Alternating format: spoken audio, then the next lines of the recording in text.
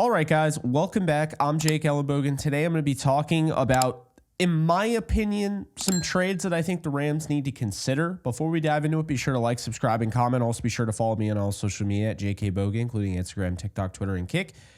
And just want to let you guys know that today's sponsor is Prize Picks. You can get $50 instantly when you sign up with Prize Picks using my code JKBogan. You're going to get $50 instantly. You just have to play a $5 lineup. 2 to 6 players. Doesn't have to be 2. Doesn't have to be 6. It can be 3, 4, 5. You pick 2 to 6 players, the projections. You put more or less based on the projection. And you don't even have to win. $50 gets added directly to your account, and you're good to go. So if you want to get in on that offer, be sure to use my code JKBogan to sign up today. All right, guys. So the moment you guys have been waiting for, at least I think so. The NFL trade deadline is tomorrow. I know election day is tomorrow, but I don't care. Trade deadline's tomorrow. The trade deadline is tomorrow, right? And yeah, we know one of those is going to be dominating the headlines, that's for sure. But the trade deadline is a thing. The NFL, since the Rams started their F them picks back, in 2017, 2018, trades have been more common than years past in the NFL. Will that be the case? They moved the trade deadline back a week. Okay. So there are teams out of it. There are teams in it. Some teams that maybe in the past would have traded away. Now they're standing pat. There are some teams that maybe in the past would have stayed pat. Now they're trading away. There might even be some teams that would have stayed pat. Now they're buying. So we're going to get into it. We're going to start off. There's 6 players. Honorable mention is going to go to Jeremiah Owusu-Koramoah, and here's why. I know a lot of people want him, right? First off, I think he's a franchise caliber player. I don't think the Browns should trade him, just like I don't think they should trade Myles Garrett. And I think he does fit into the timeline because eventually at some point they'll be able to get rid of Deshaun Watson and, all that. But JOK right now is on IR with a neck injury, okay? So I do feel like the Browns are not going to trade a guy on IR with a neck injury. And I do think that they want him long term. I just don't get the feeling that the Rams are going to be trading for him. They would get him cheaper, maybe, with that IR, designation. But he could be a long-term player with the Browns. That's my first concern, I think, about any potential trade involving JOK. But also, it would make sense that the Rams could get this done. They do have a need at linebacker, but as we saw, the last 2 weeks, they've been able to win despite that. So they would be able to have a franchise linebacker if, they're able to wait for him to come off IR. But they would still have to wait for him for about a month, right? Is it worth it? Maybe. What would the trade be? I think the Rams probably end up trading both their third-round picks. Keep in mind, they have 2 this year. They have a regular one that everybody has, and then they have one for the compensatory pick that they're getting for Raheem Morris hiring. So I could absolutely see that, but I don't think it's going to happen. If JOK was healthy, maybe. I don't think it's going to happen. Plus, you have to keep in mind, the Rams have to navigate knowing they do not have that second-round pick for Braden Fisk. And let me tell you right now, that's fine by me. Braden Fisk was outstanding yesterday, and he's been really good this year just as a whole. He's worth every single piece of capital they gave up. So I'm not too worried about that. So let's start it. Number 6 here. You might have forgotten about him. Former first-round pick out of Alabama, Evan Neal. He's on the Giants. Giants are 2-7, okay? He doesn't play. They're done, and they're done with him. So my proposed trade, the Rams send a 6th-round pick for Evan Neal and a 7th-round pick. So you get a pick swap. You get Evan Neal. You get 2 years of control with a potential 5th-year option. Probably not going to pick up that 5th-year option because you'd have to decide next year. But here's the deal. Evan Neal is likely done in New York. They don't value him. Dead money is a little high, but they're going to eat the rest of his deal. So his dead money is a little high, right? 3.7 back-to-back years. But that's going to be them. They're eating that, right? They're just basically when you trade a guy knowing he has a lot of dead money, you're doing it because you don't want him on the roster anymore. You want to move on, clean slate. Why would the Rams do this? Well, the Rams would add an upside, a high upside tackle, reclamation project. And if you believe in your offensive line coaching staff and you think they could just turn water into wine, then getting a guy that has tools makes sense. I think he could replace Jackson or Joseph Noteboom next season. And I think the cost would be low enough for the Rams to really consider this. See, so much so we talk about the NFL trade deadline is this has to happen because everybody is in win now mode. Everyone's trying to win the Super Bowl. That's not necessarily the case. The NFL trade deadline should be looked at in two different ways. On one hand, yes, buyers be buyers, sellers be sellers. That's true. But not everything has to be a win now move. Evan Neal adds depth, but in addition to that, he gives you a potential starting option next year. You could save his career. You could find that he ends up being really good and that Giants organization has failed him. I mean, they already did. Let's not forget they misdiagnosed his injury, which caused him to be on the IR longer than he had to be. Right? So Evan Neal, I'm not saying they need to do this deal. I'm not saying they need to do it right now. But Evan Neal, I think, would be an interesting play. Number 5, similar type of play here. Emmanuel Forbes from the Commanders. We're talking about a team that's 7-2, but it's a new regime. He's lost playing time and has been benched multiple times. This is a guy that I think the Rams should really consider because you have Ahkello Witherspoon on a 1-year deal. Darius Williams is technically on a 1-year deal. They can stretch it out to 3, but there's very limited guaranteed money after this season. Kobe Durant will be a free agent soon. He'll be in a contract year, I believe, next year. And, Darian Kendrick is coming back from a major injury, right? Then you have the UDFAs. So my feeling here is that Emmanuel Forbes just got off to a rough start in his career, and he has a lot of years of control left. This guy, to me, if they're going to move on from him, which wouldn't be a shock because they moved on from Jamin Davis, they cut him outright. I think the Rams should consider this because I think Forbes has that ball hawking ability. And I think, unfortunately, when it comes to these young players, if you get off to a rough start and you lose your confidence and then the coaching staff loses their confidence in you, kind of the only thing that can save you is that change of scenery, no? Well, I think adding Forbes helps. Josh Wallace was banged up yesterday. No real status on him, but he was banged up yesterday. So they're going to trade away Trey White. That means the corners on this roster will be Ahkello Witherspoon, Darius Williams, who's battled injury all year. Then you have Josh Wallace, who got banged up. Kobe Durant has had plenty of soft tissue injuries in his career, so he's still, I don't want to say injury prone, but you have to worry about that. And then Charles Woods. So I do think that you could absolutely argue that adding another corner, especially if you're going to trade away Trey White, and maybe you trade Trey White to the veteran Commanders. You trade Trey White to Dan Quinn. You trade Trey White to a 7-2 football team that, might want to swap Trey White and Forbes. If they have no need for Forbes, maybe you do something like that. But my proposed deal here, and here's the anatomy of what this trade would be. First off, 2024, there's $1.4 million in cap that you'd be saving for trading him away, $2 million in dead money. Then it goes up to $4.1 million in dead money in 2025, $2 million in dead money in 2026, and a 5th-year option. So the Rams would secure a 5th-year option. The Commanders aren't giving up that much in dead money. This is a real trade. I absolutely think that the Commanders could trade him away, might trade him away, but the Rams should really send a 6th and a conditional 4th-round pick in 2026 for Emmanuel Forbes. This is a former 1st-round pick from the previous regime. If you want to bet against this team, first off, the Commanders, they already seem done with Forbes. So it's not like they would need a ton if they're just already ready to move off him. The second thing, with new ownership, a new head coach and all of that, well, the new ownership led to them trading away key contributors and key players, guys that were labeled as franchise players, fan favorites. Montez Sweat and Chase Young, gone. Just like that, just gone. The Rams would add a high upside, cheap cornerback, so that makes a lot of sense.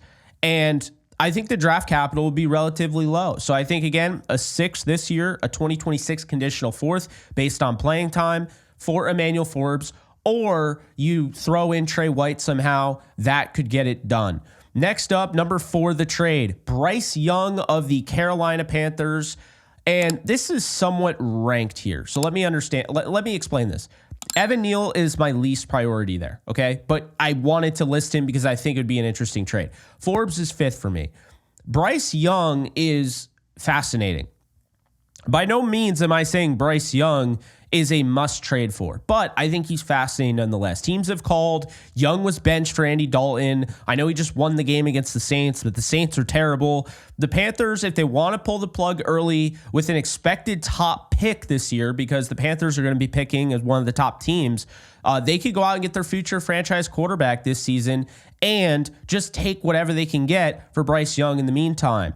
The Rams in this scenario would send a 3rd rounder in 2025 and a conditional 3rd in 2026 based on playing time and all of that for Bryce Young.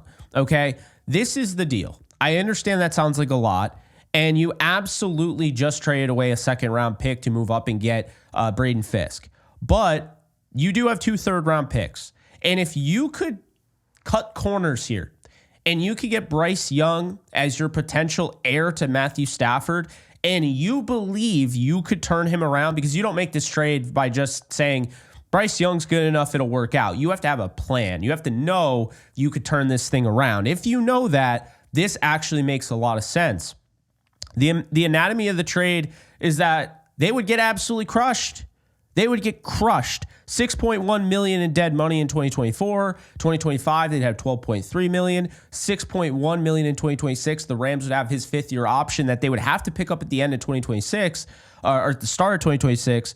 But 2027, 5th-year option, if they decide to do that, they have him under control for 2025, 2026, and 2027. And Matthew Stafford sounds like it's a year-by-year thing.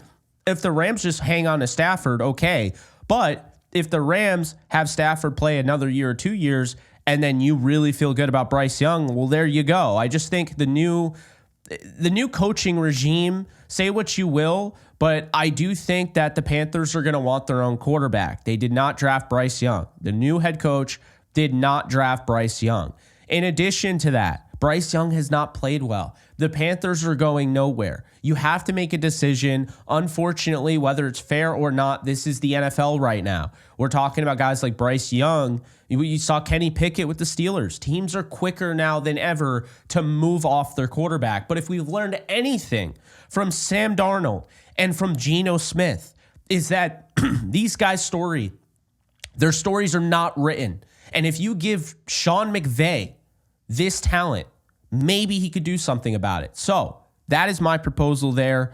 Would love to see them send a 4th instead of a 3rd, but I don't know if that's possible. He was still the number 1 overall pick. There is still potential there. He hasn't been in the league that long. He's still young. So that's how I have it there for Bryce Young. Send a 3rd and a conditional 3rd in 2026 if he plays X amount of time. If not, that becomes a 4th or a 5th, whatever. I think Bryce Young could be in play. He might not get traded, but I definitely think the Panthers at 2 and 7 are looking like we're probably going to be picking pretty high. And there are a lot of quarterbacks that maybe we're interested in. Maybe you're looking at, Cam Ward or whoever, right? There you go. All right. Number 3, sticking with quarterback here, Anthony Richardson with the Colts. Teams have called. Richardson right now is deemed unlikely to be moved, and I get that. But he was just benched for Joe Flacco, okay? If the Colts wanted to pull the plug early, the Rams could try and steal, and again, just like the Bryce Young thing, same draft, cut corners and steal their franchise quarterback for the future on a bargain. I think a 3rd rounder, a conditional 2nd in 2026, because part of me feels like he's shown more than Bryce Young. I know both are technically busts right now, but I think Anthony Richardson has more upside than Bryce Young. I think Anthony Richardson could be special with the proper coaching. I think we do too much of this. Well, Shane Steichen, he turned Jalen Hurts into a stud, And then Jalen Hurts now without him is nothing or whatever. And we give all this credit to Steichen, and maybe. But assuming Jalen Hurts, who has mobility, is the same quarterback as Anthony Richardson, and holding Anthony Richardson to that level is absolutely ridiculous and unfair. Jalen Hurts is a very solid quarterback, okay? But he's different. They're different quarterbacks. Jalen Hurts has accuracy, okay? Anthony Richardson can make the big throw, but he can't make the simple throw. That can change. Mechanical flaws, whatever. I'll tell you right now, if he was sitting behind Matthew Stafford, I think the decision-making would get better. And if Sean McVay was working with him, with Mike LaFleur and all of them, I think he would get better. So the Colts may not bother, okay? This may just be a ploy. So Chris Ballard has a guy that long-term, it just kind of keeps him in there because even when they're not winning, he's there. And they're like, oh, well, he's 22. Like, it's going to take time to develop him. Give us a break. I'm not saying that's the case. I like Chris Ballard, but there is a chance that is the case. The Colts, again, may not bother, and they may turn down potentially 2 third-rounders, right? But the dead money is going to be high if the Colts trade him as well. However, when you want to just get rid of a player, you don't care really about the dead money, as we saw Russell Wilson in the Broncos. So the Rams would get their heir to Matthew Stafford with a 5th-year option in their back pocket. Richardson can learn and develop and sit down, and he would have McVay guiding him. McVay gets a modern-day quarterback at a great price, potentially. I love this fit so much. I don't think it's going to happen, but I think the Rams really should give him a call. Send a 3rd-rounder, 2025, and a conditional 2nd-rounder in 2026. Keep in mind, conditional 2nd-rounder, that's like heavy conditions. We're talking about him starting half the season, all of that. He's a backup for now, okay? But I do think they should trade for Anthony Richardson if they can make that happen. Take advantage of these teams willing to give up on these quarterbacks. Say what you will about Kenny Pickett, his story's not written. Geno Smith played for both New York teams before going to Seattle and becoming their quarterback. So much so, they traded away Russell Wilson. They felt that good about him, right? Sam Darnold. I gave up on the Vikings when I saw Sam Darnold was going to start over J.J. McCarthy, and then J.J. McCarthy went down with an injury. I was like, oh, this season's over. Sam Darnold's not that good. He's had a pretty solid season. It's why the Vikings are still competitive. It's why they're a very good football team, and they won last night. Anthony Richardson, in that same game, was on the sideline watching Joe Flacco.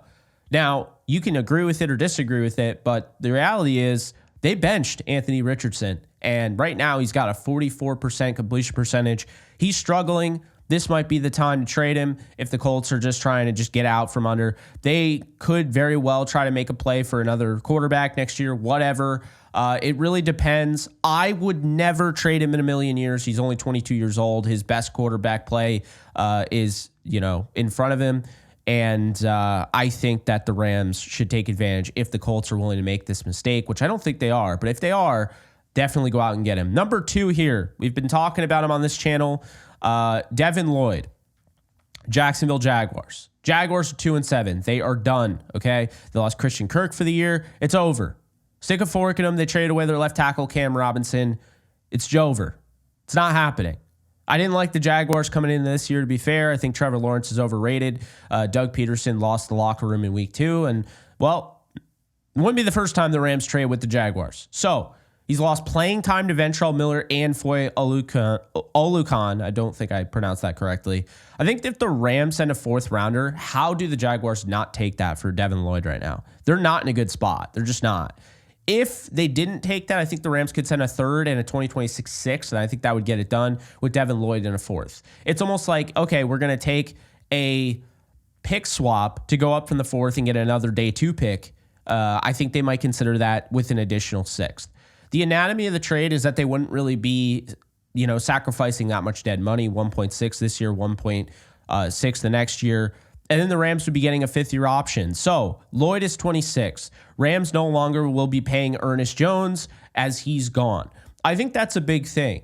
A lot of people don't realize the Rams had allocated funds to be able to sign Ernest Jones. They wanted to sign him at one point. Talks went south, okay? But at one point or another, the Rams definitely were interested in bringing him back and paying a linebacker, no matter what anyone tells you. Linebacker right now is the biggest need on this defense. The Jags are just bad.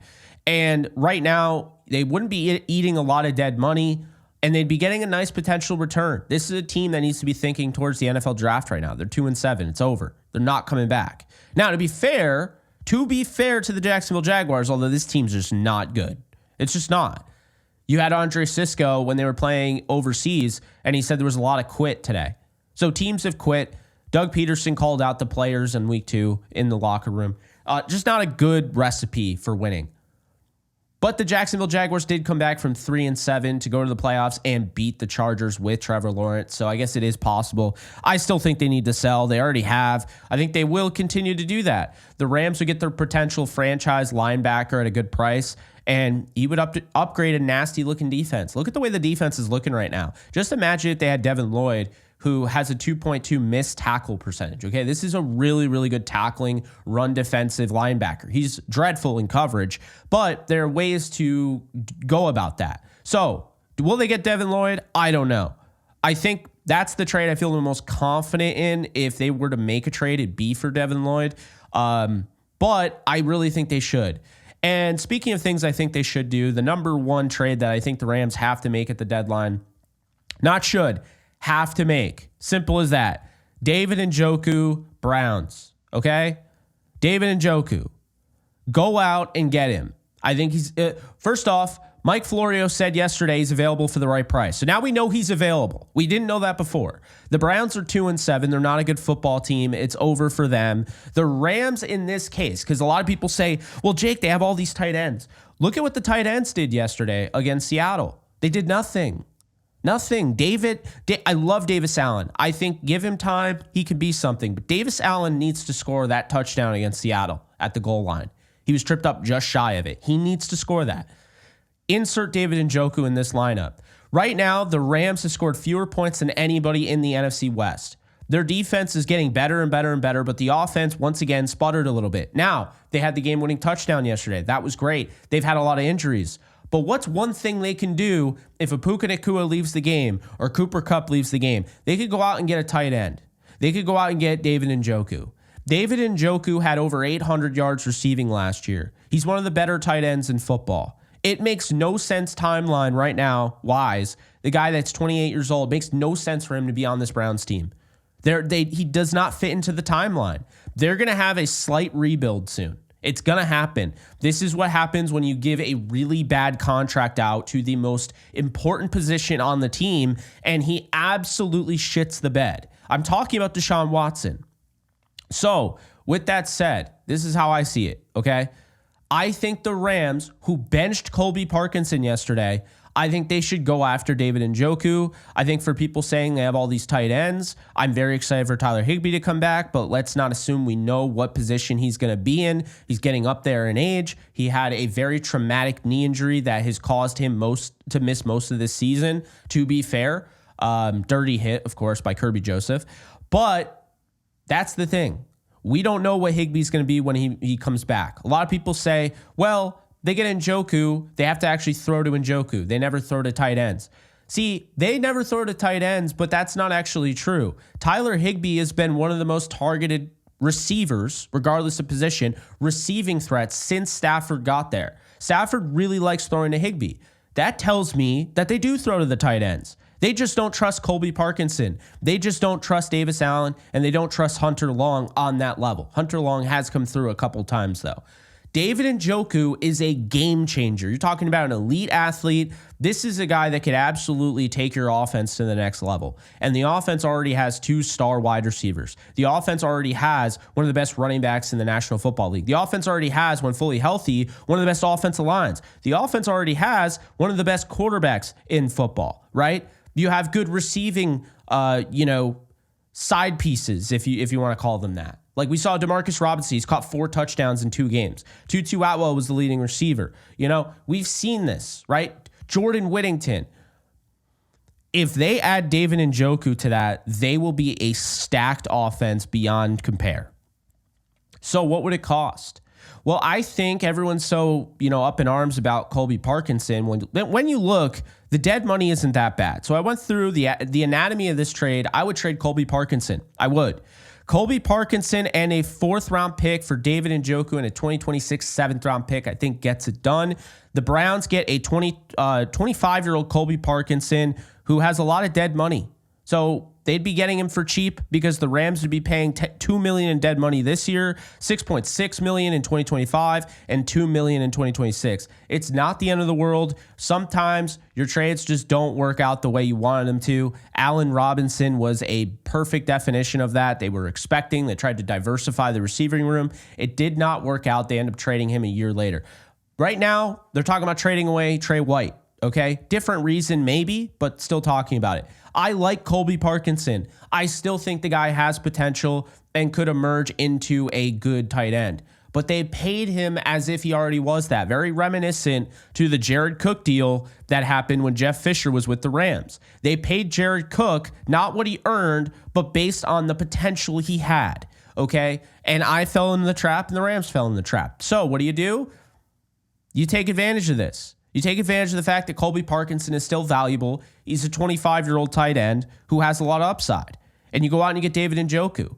And guess what? Parkinson fits more into the Browns timeline, and David Njoku fits more into the Rams timeline. He's on a 2-year deal, essentially, the rest of the way. The Browns eat $6.8 million in dead money because of the voided deal in 2026. In 2027, they eat $2.2. The Rams...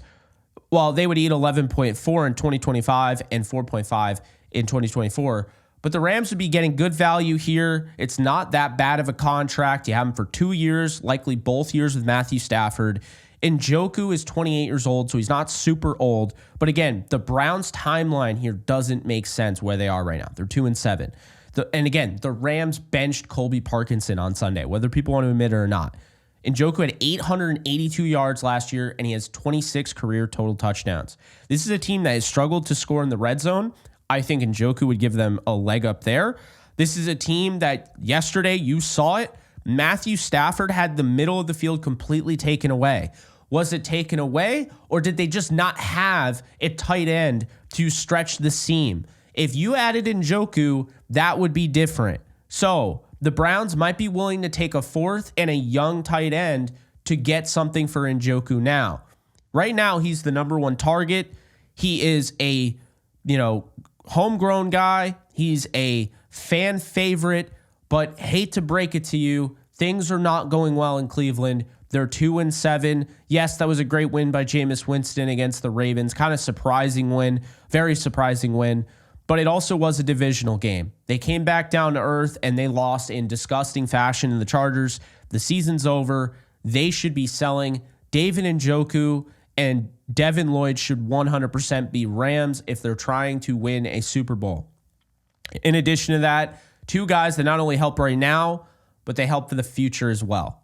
So if, that's how I have it. The list, Evan Neal at 6, the offensive tackle, Emmanuel Forbes, cornerback. At 5, at 4, Bryce Young, the quarterback from the Panthers.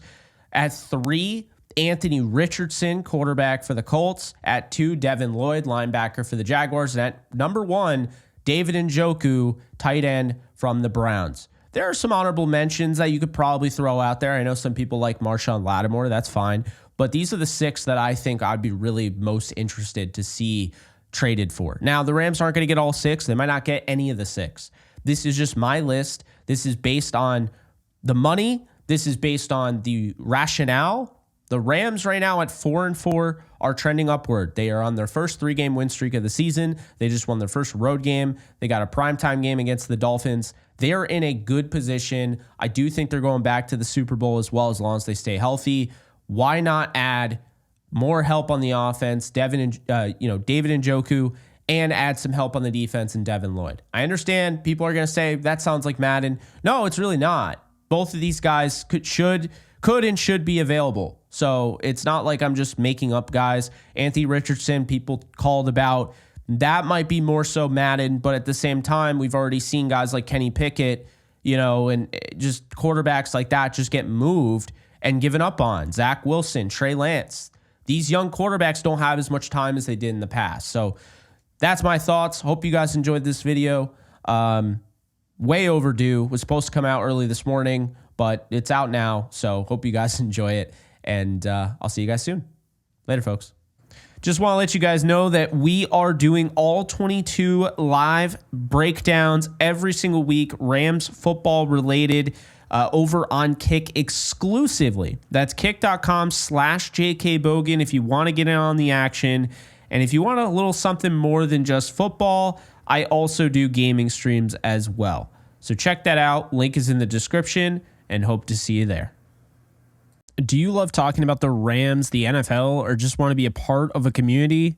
Join my free Discord server today. We're over 800 members. We got 24/7 live chat, a level 3 boosted server, the ability to call into JE Live, playing online games with us on Kick streams, toggleable alerts for when I go live on YouTube or Kick so you don't miss a live stream, and exclusive giveaways. Click the link in the description, the comments section, or the link that comes up in the video to learn more and join today.